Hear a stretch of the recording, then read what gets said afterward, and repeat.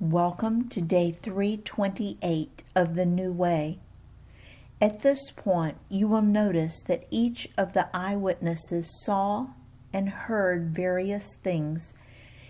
I believe all of these things happened, but we don't know the exact order of events because each observer was under extreme stress and trauma and doesn't remember clearly the sequence of events. So we are going to be jumping around a bit in the scriptures, but I promise you we'll cover every verse, just possibly out of order. I'll read Matthew 27, 33 and 34. They came to a place called Golgotha, which means the place of the skull. There they offered Jesus wine to drink, mixed with gall, but after tasting it, he refused to drink it. And Mark 15, 22 and 23. They brought Jesus to the place called Golgotha, which means the place of the skull, and they offered him wine mixed with myrrh, but he did not take it. And Mark 15, 27. They crucified two rebels with him, one on his right and one on his left. And I'll read Luke 23, 32 through 33. Two other men, both criminals, were also led out with him to be executed. When they came to the place called the Skull, they crucified him there, along with the criminals, one on his right, the other on his left. And John 19, 17 and 18. Carrying his own cross, he went out to the place of the skull, which in Aramaic is called Golgotha. There they crucified him, and with him two others, one on each side, and Jesus in the middle.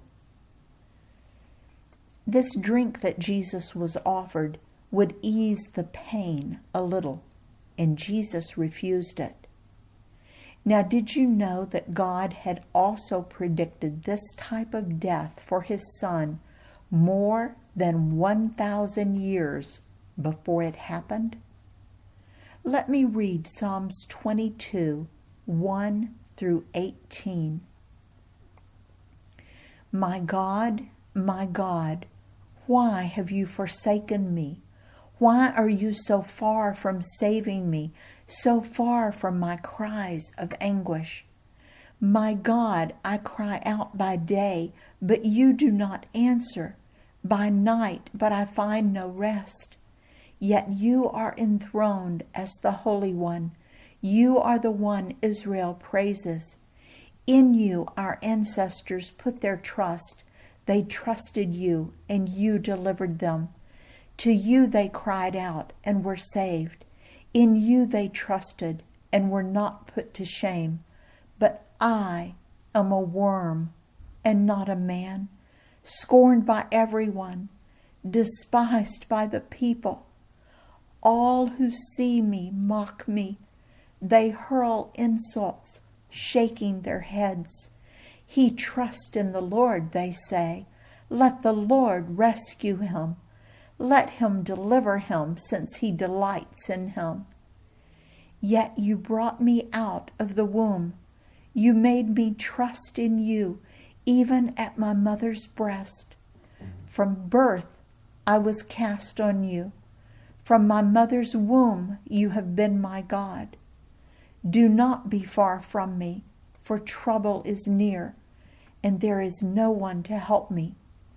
Many bulls surround me, strong bulls of Bashan encircle me.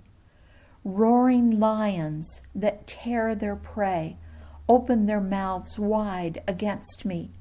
I am poured out like water, and all my bones are out of joint. My heart has turned to wax. It has melted within me. My mouth is dried up like a potsherd, and my tongue sticks to the roof of my mouth. You lay me in the dust of death. Dogs surround me.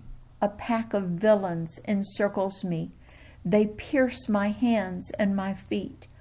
All my bones are on display. People stare and gloat over me. They divide my clothes among them and cast lots for my garment. King David wrote this psalm long before crucifixion was even invented. The Greeks were the first to use crucifixion in the 1st century BC. Yet this psalm perfectly describes the torture that Jesus had to endure. We serve a mighty God who is omnipotent, omniscient, and omnipresent. These three characteristics of God are fundamentally important to your understanding of God. He is omnipotent, all-powerful. He is omniscient, all-knowing. And He is omnipresent, present everywhere at the same time, past, present, and future.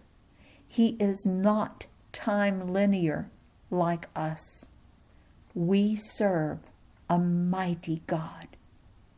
In His service, Dale.